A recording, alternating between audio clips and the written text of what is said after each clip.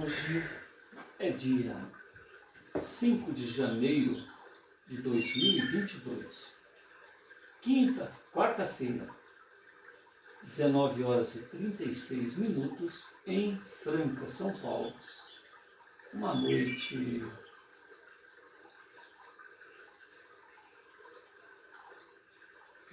que prevê pancadas de chuva.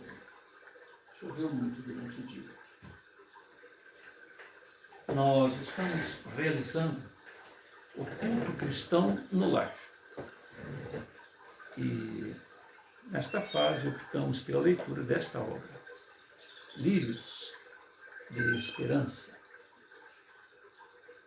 uma obra produzida pela editora do Faux, Educando Corações.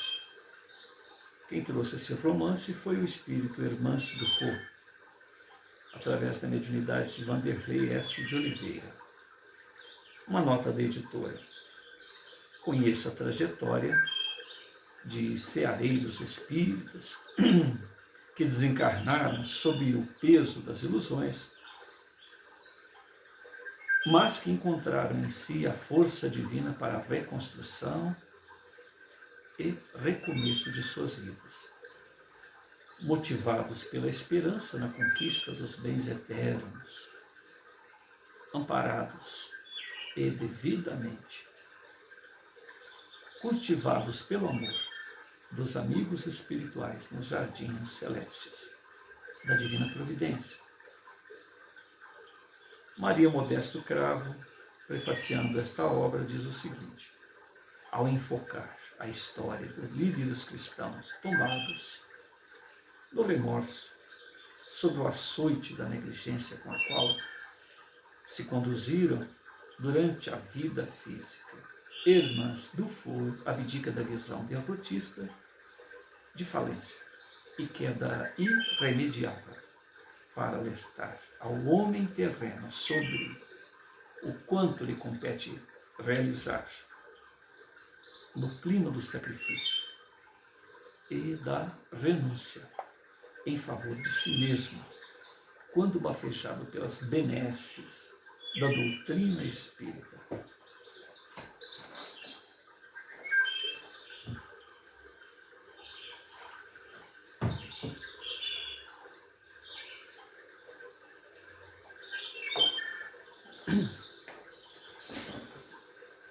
Nós estamos no capítulo 20, intitulado Segundo Andar,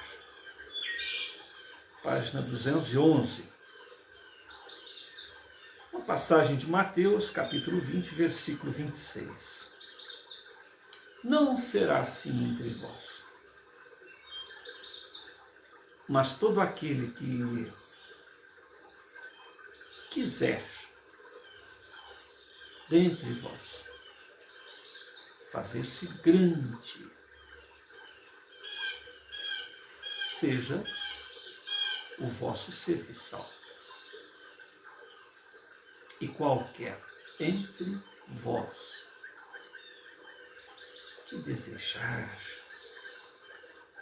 ser o primeiro, seja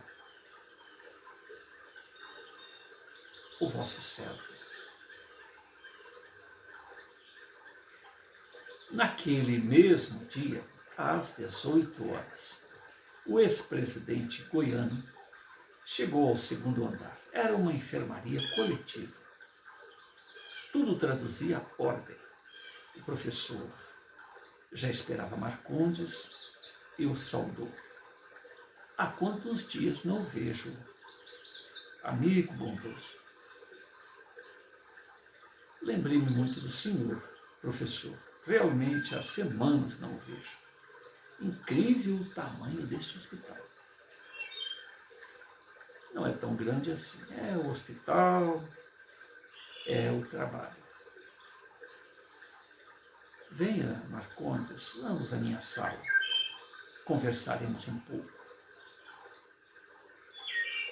Acomodados, iniciaram um debate esclarecedor sobre as enfermarias do segundo andar. Aqui encontramos, em sua maioria, Marcondes, quadros de arrependimento tardio. Professor, é a consciência cobrando atos transados? Nem sempre, Marcondes.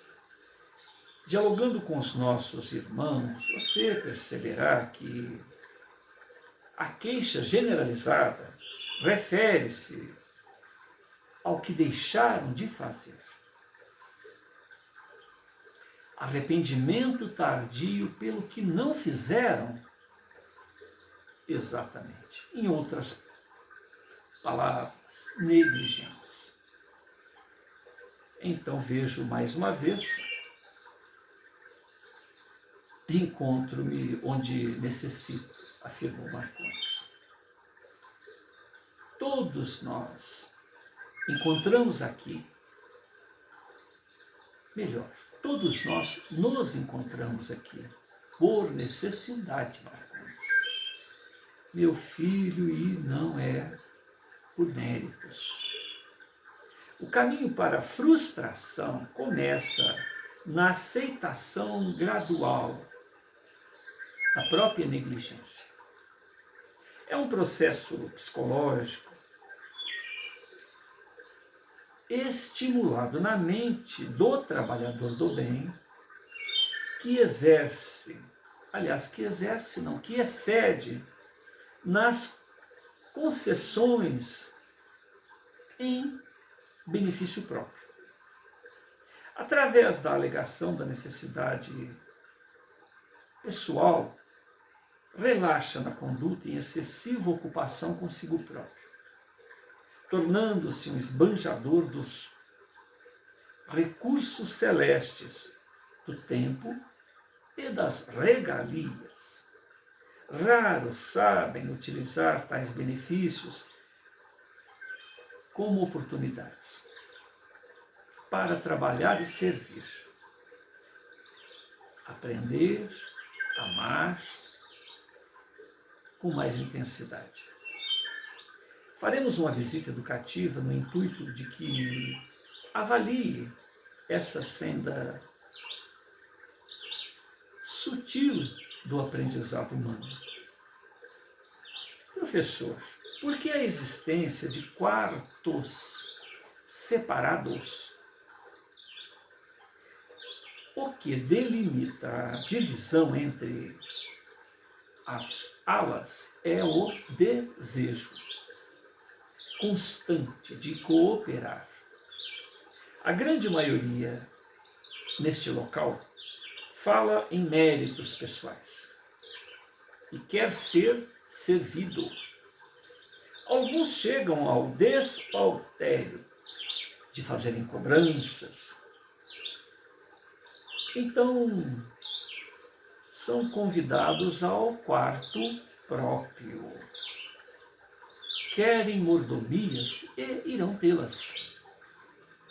Depois de alguns dias, estão deprimidos, são transferidos para o setor competente.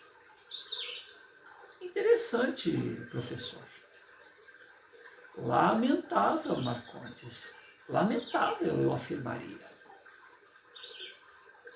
Pois os ex-líderes cristãos tudo recebem.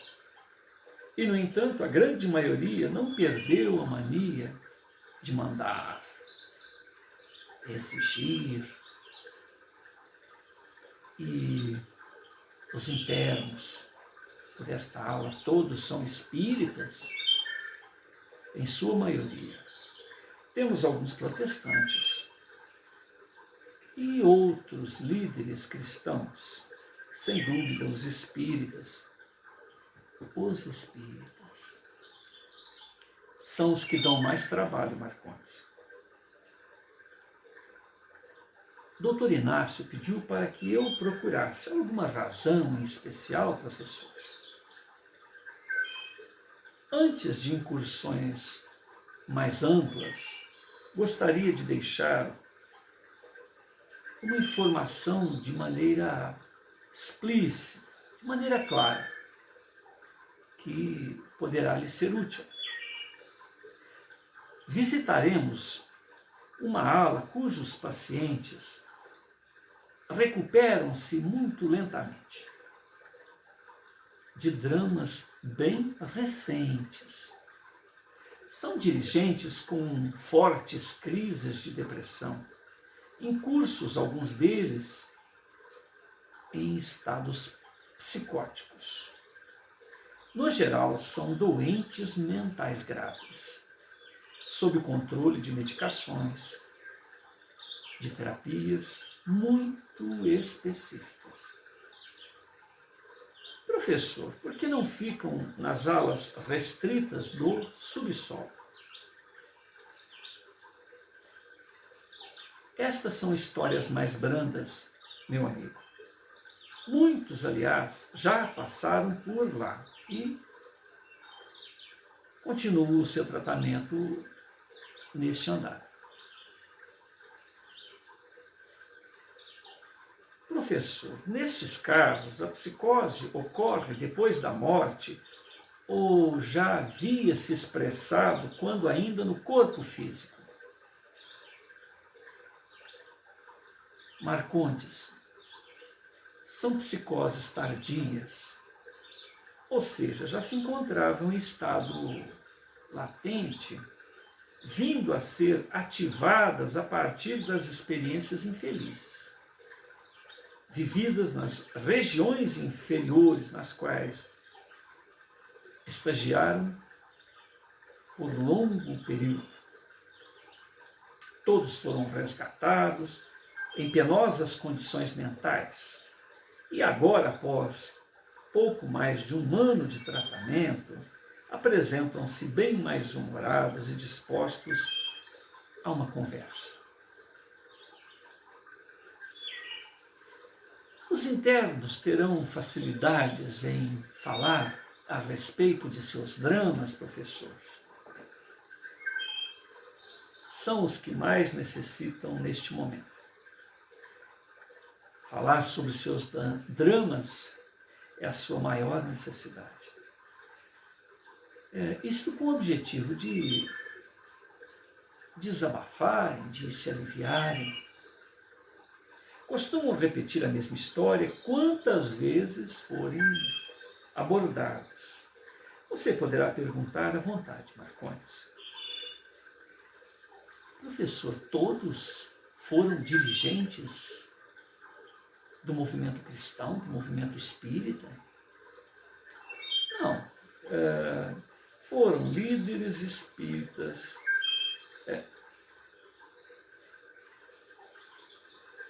dirigentes? Não. Foram líderes espíritas, Marcondes. Todos eles, considerando que líder é todo aquele que influencia um grupo, possuindo ou não cargo hierárquico. Não foram maus, Marcondes. Foram omissos. Pelo que aprendi com o Senhor, professor, não existe fracasso. No sentido de ser irremediável, não existe fracasso.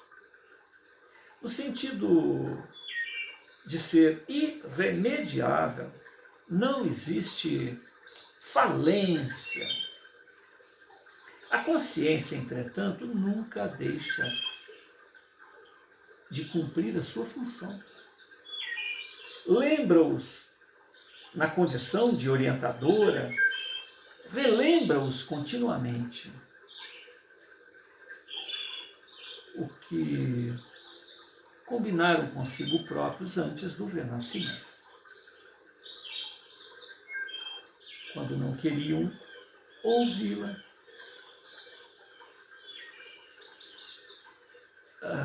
Novamente a negligência, né, professor? Nunca pensei sobre este tema à luz dos princípios espíritas. Jamais imaginei que adiar o bem que se poderia fazer iria nos criar tanto embaraço.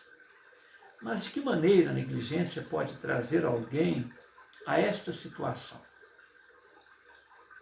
Alguns Marcondes, através das atitudes de falta, de cumplicidade com o objetivo essencial da proposta espírita, assumiram uma fé de superfície.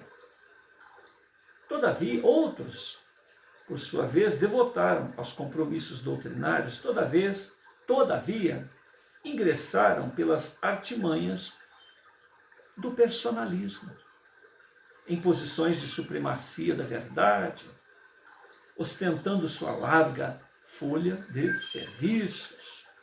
Sob fascínio do orgulho, estabeleceram condutas preciosistas, nas quais pretendiam ser as referências da coletividade. As maiores ilusões se verificam nestes últimos. Fascinam-se com as ilusões, fascinam-se com as crenças,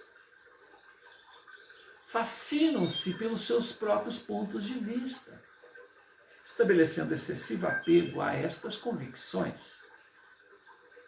Como professor, identificar mais claramente o ato de negligência em suas experiências.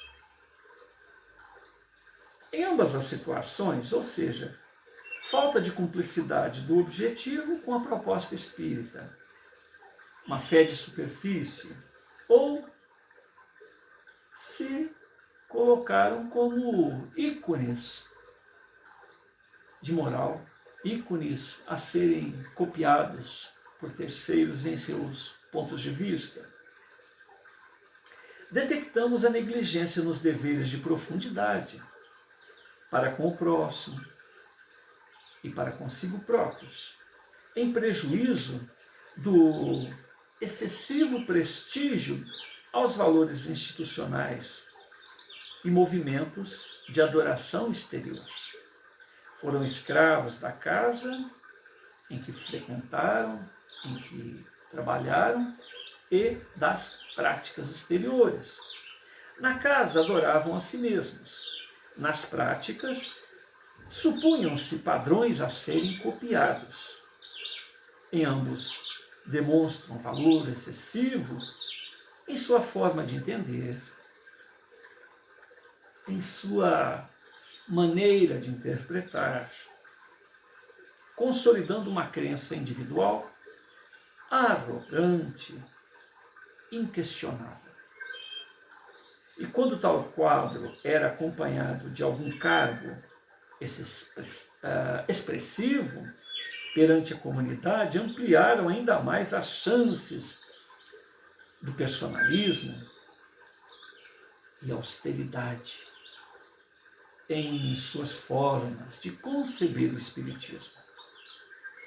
Estes são os novos doutores da lei, que encharcaram o cérebro de conhecimento com o qual pretendem ser autoridade sobre a imortalidade. Professor, e eles foram trabalhadores de boa vontade? Todos marcondes, todos trabalhadores de boa vontade, sem exceção. Ah, professor, não consigo entender. Boa vontade, conhecimento, trabalho, de boa vontade, com amor. Como se encontram nessa situação? Não dá para entender.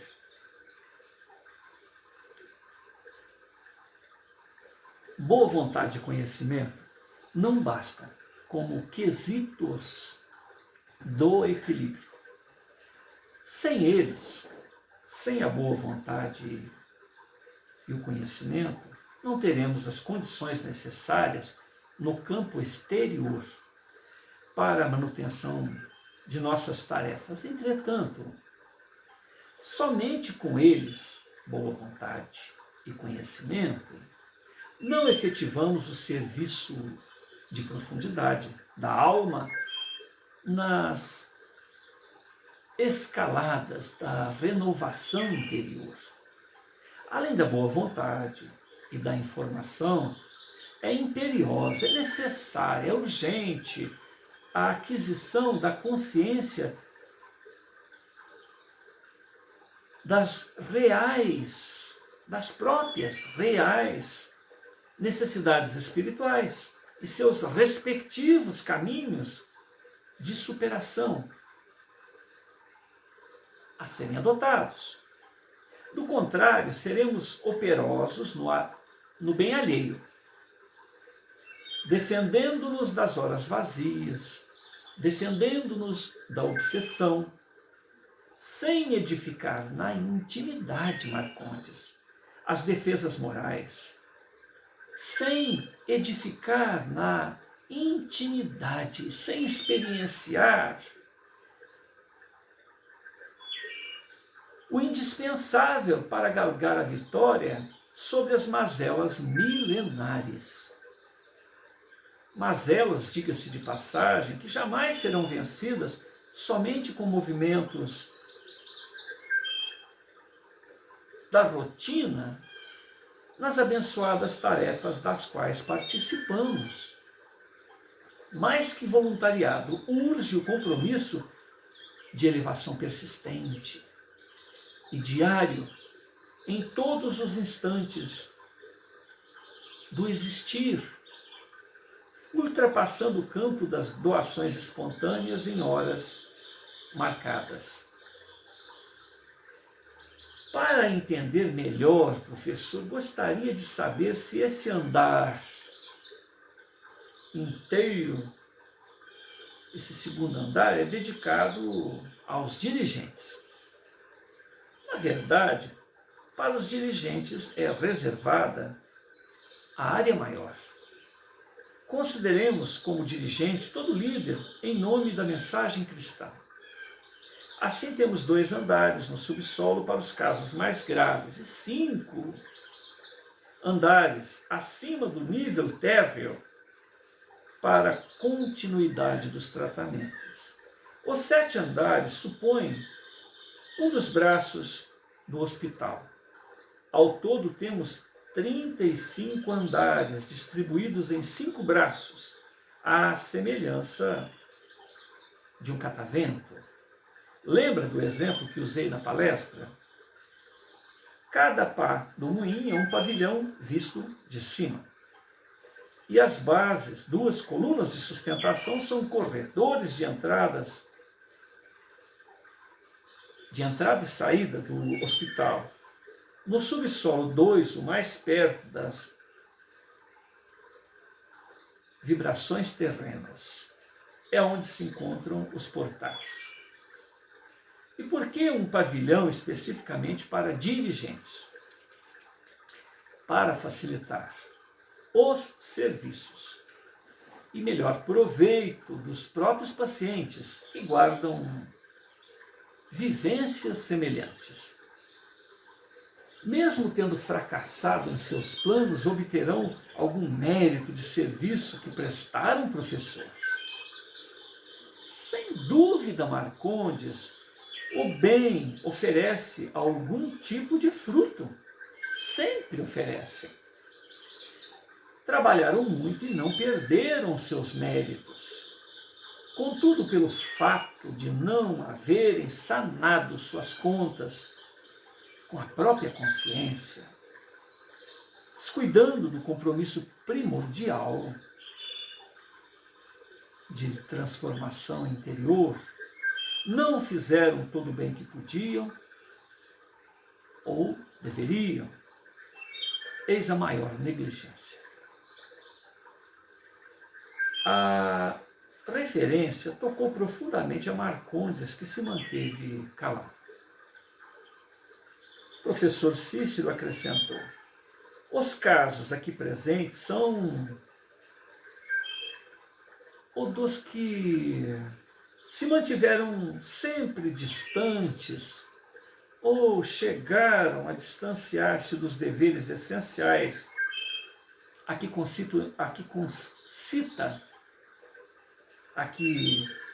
referendo o Evangelho, o amor a Deus, ao próximo e a si mesmo. foram enriquecidos pela caridade e o desejo de melhora junto às tarefas de amor do centro espírita, de onde jamais deveriam ter se afastado completamente.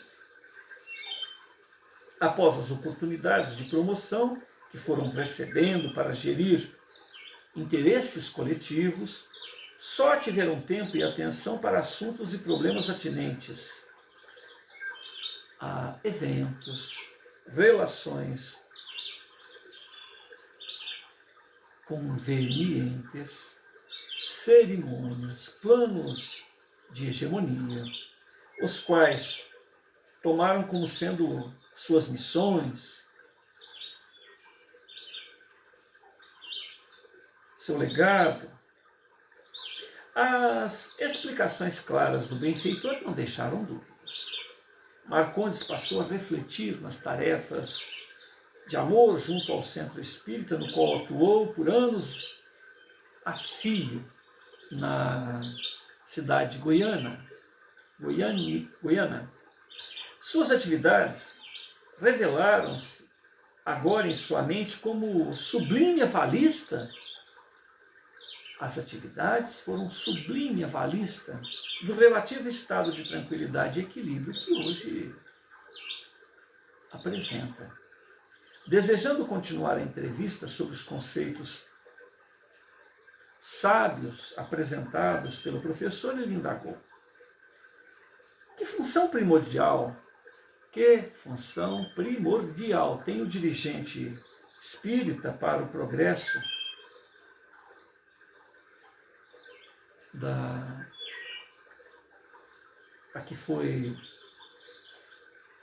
a que recebeu o encargo? São os vanguardeiros, determinam linhas de pensamento. Portanto, tornam-se referências de ação em maior ou menor escala.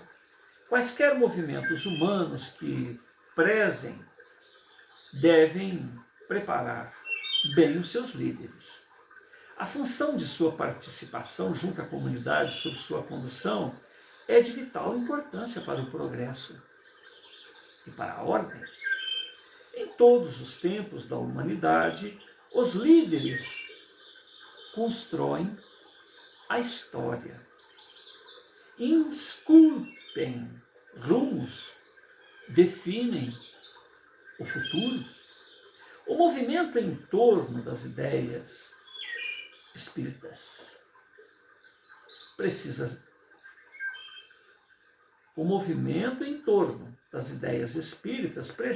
fazer algo pelos seus condutores com urgência. Embora com toda franqueza não tenhamos visto até agora suas manifestações. Tínhamos esperanças de que os líderes agrupados em torno do Pacto Áureo fossem sensíveis e corajosos em investimentos sólidos nesse sentido. No entanto, passados alguns anos do compromisso solene de unificação firmado em 5 de outubro de 1949, constatamos muitas iniciativas de valor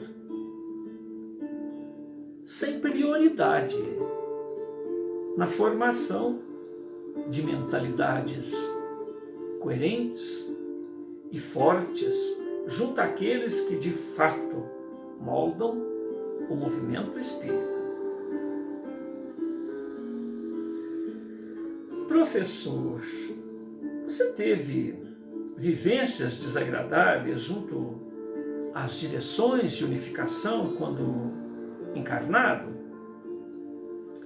Marcondes, deixei o corpo físico aproximadamente 1 ano antes da formação do Pacto Áureo, presenciando pruridos de hegemonia que muito me preocuparam já naquela época. Sempre fui contrário ao movimento, ao conceito de unificação institucional, vindo mesmo a ter severos episódios de desentendimento junto aos líderes nacionais e regionais, no intuito de operarmos no campo da coesão de almas e não de instituições. Hoje, com alguns decênios do meu retorno ao mundo espiritual, a pátria da verdade, já repensei algumas iniciativas tomadas por mim, na vida física, quanto à sua forma de execução. Contudo, a essência das ideias que defendi torna-se cada dia mais necessária e urgentes. A seara. Que iniciativas eram estas, professor? Conforme assevera Jesus, o sábado foi feito para o homem e não o homem para o sábado. Os dirigentes espíritas devem priorizar o quanto antes, no plano físico, uma campanha de humanização da seara. Sem proximidade humana, sem o respeito, sem a fraternidade, sem a convivência saudável, jamais, Marcondes, teremos união, concórdia, alma em qualquer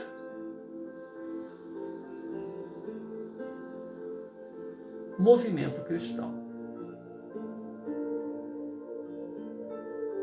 Ah, tá. Entendi. Repetindo.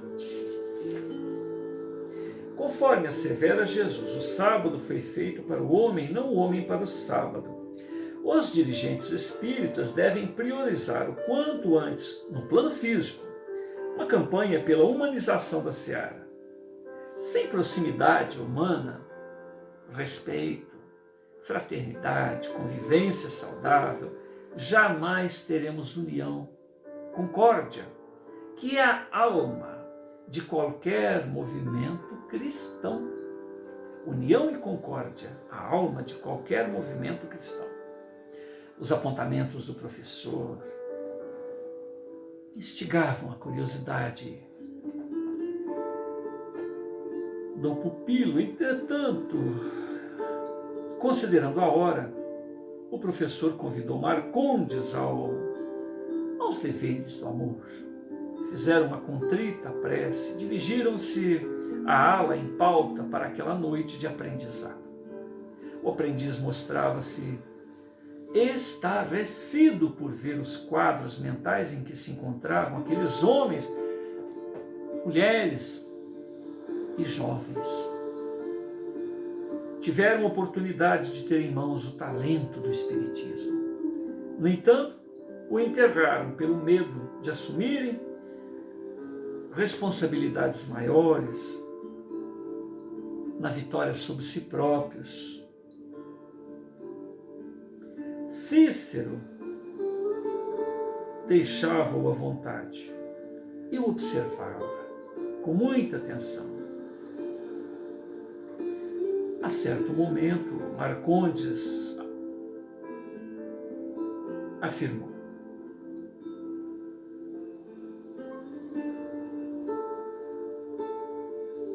aliás, Cícero deixava-o à vontade e observava com muita atenção os seus movimentos. E a certa altura, Cícero afirmou: o tratamento espiritual de toda alma frustrada em seus projetos reencarnatórios deve ser a esperança, Marcondes. Na Terra, comenta-se com exatidão de que a esperança é a última que morre. Aqui o nosso lema é: a esperança deve ser a primeira a renascer. Depois disso, partimos para as conquistas em outros patamares emocionais. Sem esperança, meu amigo, a alma é morta. Esperança é o filete divisor entre o cumprimento da justiça e a ação da misericórdia divina conforme as escolhas de cada um.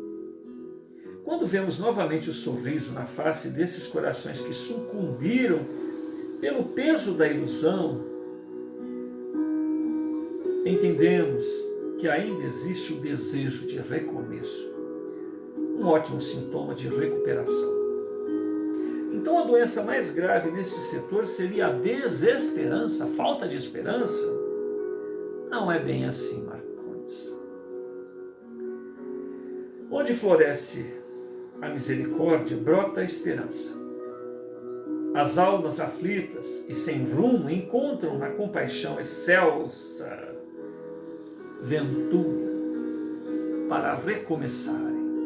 A compaixão, o nosso socorro em relação a eles, faz nascer a esperança. O sentimento de culpa e fracasso, inferioridade e abandono precisam ser supridos pela expansão da tolerância. Sem isso, o mundo será uma eterna fonte de cobranças e de impiedade. A justiça apenas. A bondade é a fonte de paz. Qual de nós não carece de colo paternal? Qual de nós, sob a luz da oração, não mendiga um naco de piedade para as nossas lutas e quedas? A mais grave doença das almas nesta ala chama-se vício de prestígio. Vício de prestígio, professor?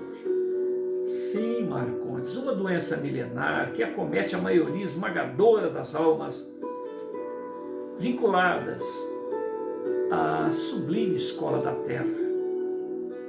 Seu princípio básico é a necessidade de ser amado, algo divino e natural nas leis da vida. Todos necessitamos ser amados.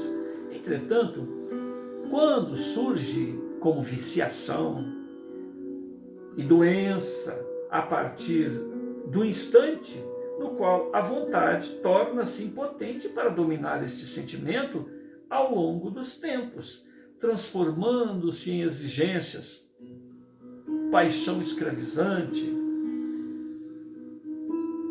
da mente, em variados processos de egocentrismo. A sua origem, a paixão, aliás, o vício de prestígio, é o egoísmo. O imperioso desejo de ser amado ali se manifesta. Neste caso, em impulsiva necessidade de ser admirado, de ser destacado, de ter sua reputação pessoal à vista de todos, ser notado e atendido em seus caprichos pessoais. O imperioso desejo forma-se então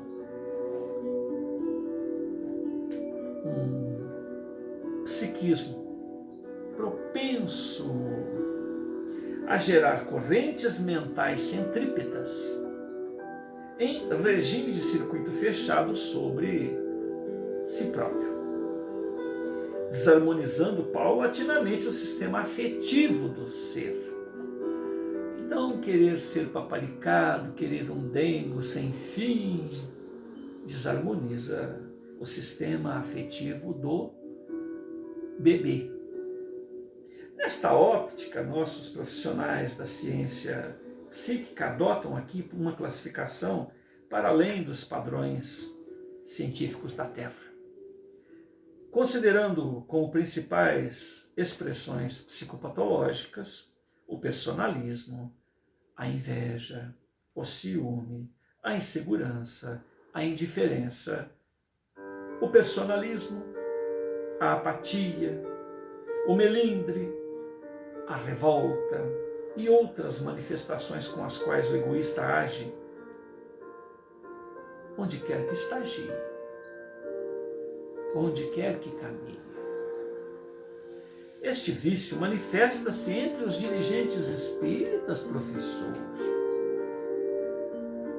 O professor apenas abriu os braços e juntou as mãos espalmadas em respeito e piedade. Veja o resultado, Marcondes. A colheita feita conforme a própria plantação. Nos enfermos deste pavilhão encontramos uma espécie de transtorno afetivo não catalogado pela psiquiatria humana. O ex-dirigente olhava com piedade para aqueles corações acamados. Eles pareciam não o perceber, tamanho estado de alheamento. Continuou o professor informando. São casos processados a partir de uma inadequação de sentimentos, devido ao acentuado nível de indiferença dos que optam pelo estranhável amor institucional, amor pelo trabalho, amor pelo local onde estagiaram, amam mais os cargos que a doutrina, amam mais os cargos e a doutrina que ao seu próximo. Repetindo, um estado mental que poderia ser chamado de delírio de grandeza assinala os nossos assistidos. Retornando um pouquinho mais. São casos processados a partir de uma inadequação do sentimento devido ao acentuado nível de indiferença dos que optam pelo estranhável amor institucional. Amor institucional, amor pela instituição, amor pelos seus cargos. Amam mais os cargos e a doutrina do que ao seu próximo. Um estado mental que poderia ser chamado de delírio de grandeza. Assinala então os nossos assistidos.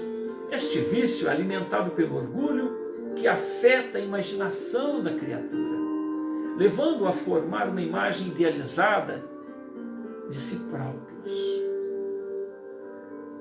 Um autoconceito falso, exacerbado, com o qual passa a fascinar a si próprio.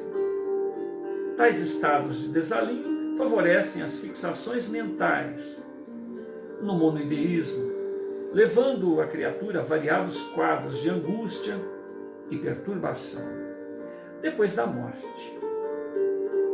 Coadjuvando este estado psíquico, Marcondes, encontram-se as reminiscências de outras vidas corporais em que a alma habituou-se a ser reverenciada, aplaudida, paparicada, graças à sua eventual posição de destaque social, cultural nesta ou naquela circunstância encarnatória.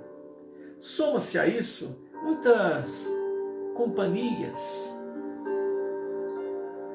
espirituais sedentas dos eflúvios de elogio, das sensações causadas pelas futilidades do realce, ou ainda pelo prazer do reconhecimento pessoal, intensificando a dependência de prestígio, dependem de serem prestigiados. Muitas vezes estes acompanhantes espirituais são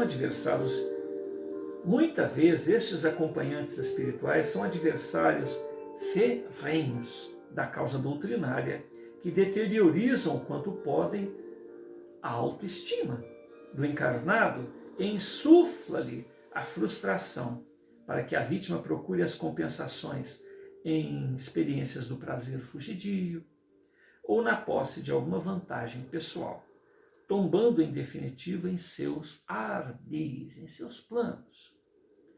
E por que os dirigentes espíritas estão carregando para cá esses quadros doentios graves? Questionou Marcondes. Por suporem-se grandiosos demais, quando deveriam sentir apenas como aquele que enverga a maior cota de trabalho sobre os ombros, o dever de ser exemplo para os outros. Esqueceram da recomendação sábia do Mestre: não será assim entre vós, mas aquele que quiser ser o maior, seja o servidor, o serviçal. O que quiser ser o primeiro, seja o servo.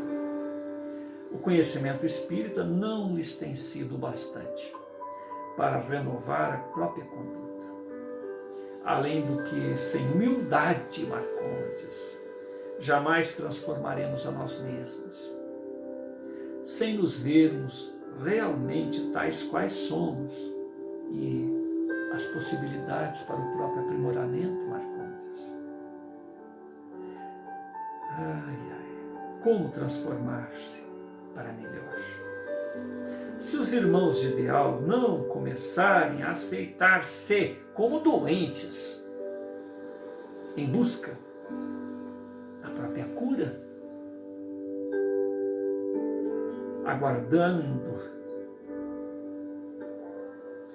guardando no próprio íntimo a alegria pelo simples ato de poder servir,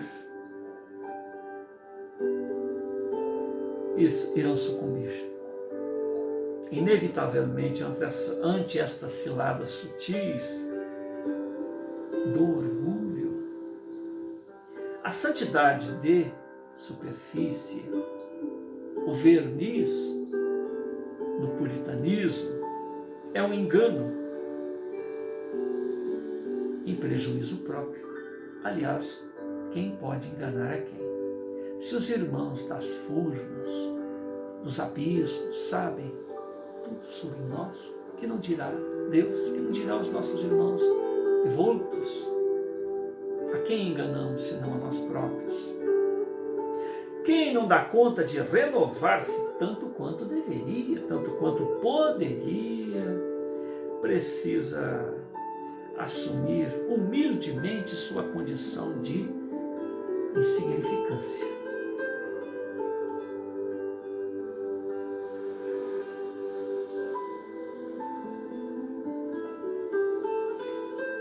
Pedir ajuda, adequar o esforço ao trapo humano em que se encontra, ao projeto evolucionário em que se encontra, e caminhar adiante. Livrar-se do mau hábito de fazer cena, Marcondes, fingir para si próprio apenas. Fingir para quem?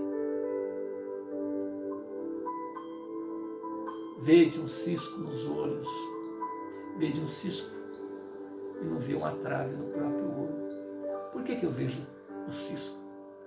Porque eu tenho uma trave no próprio olho. Vemos no outro o que reconhecemos em nós mesmos.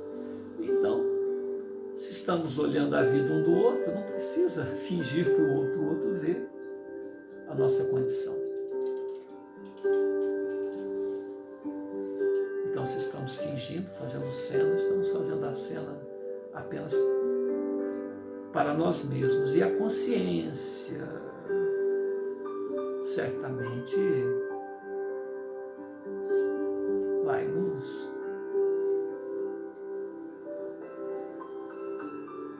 vai nos acionar aquele despertador até o momento em que digamos: não suporto mais, cansei dessa vida, cansei de ser dessa maneira, cansei de ser desse jeito, e romper, rasgar o véu, romper, fazer cisão entre o que nós somos e onde nós poderemos estar a partir desta consciência e do ato de eu quero. Realmente agora eu entendi e quero a mudança. Aceito as luzes, a orientação do Altíssimo, a mensagem milenar do Mestre do Amor.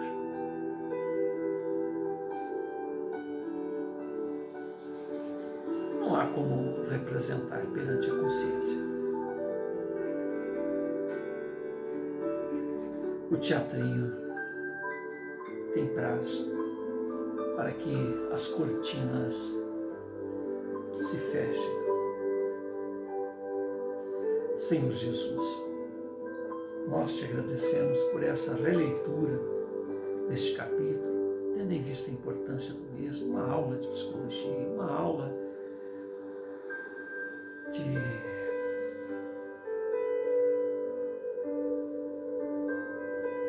olhar para si mesmo e nos inspirar, nos motivar, nos permitir que escolhamos continuar fazendo cena para nós mesmos.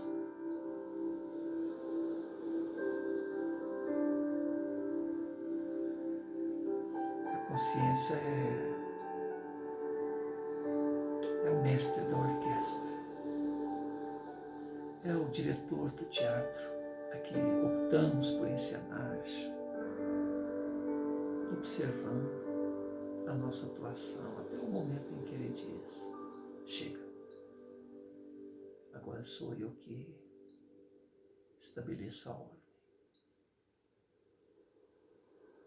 Somos espíritos milenares, uma legião de personalidades sobrepostas umas às outras, dia a dia, hora a hora, mês a mês, século a século, nos educando na inteligência, nos educando no campo emotivo, nos educando no campo espiritual, nos educando no campo da virtualidade e acrescendo mais e mais potenciais psíquicos. E nesse momento de cisão do próprio planeta, do estado vibracional de expiações e provas para a regeneração, assim como foi antes, assim como haverá outros processos, o planeta atingiu o seu limite e nós ainda, lidadores e aqueles que aceitamos Jesus por mestre, por modelo e guia, por amigo,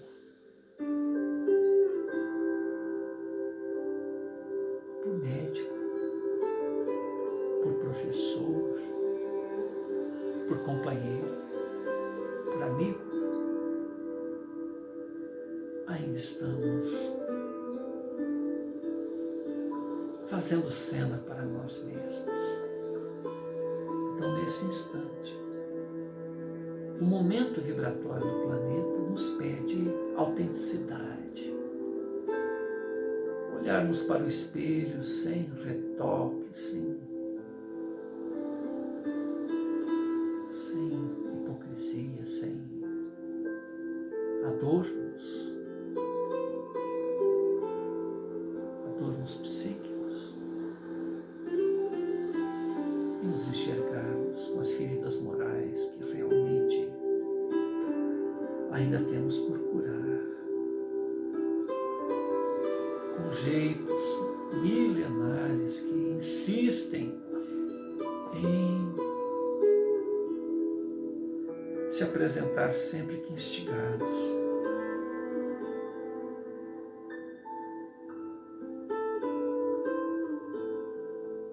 Queremos ser nós mesmos, mestre querido. Porém, genuflexos,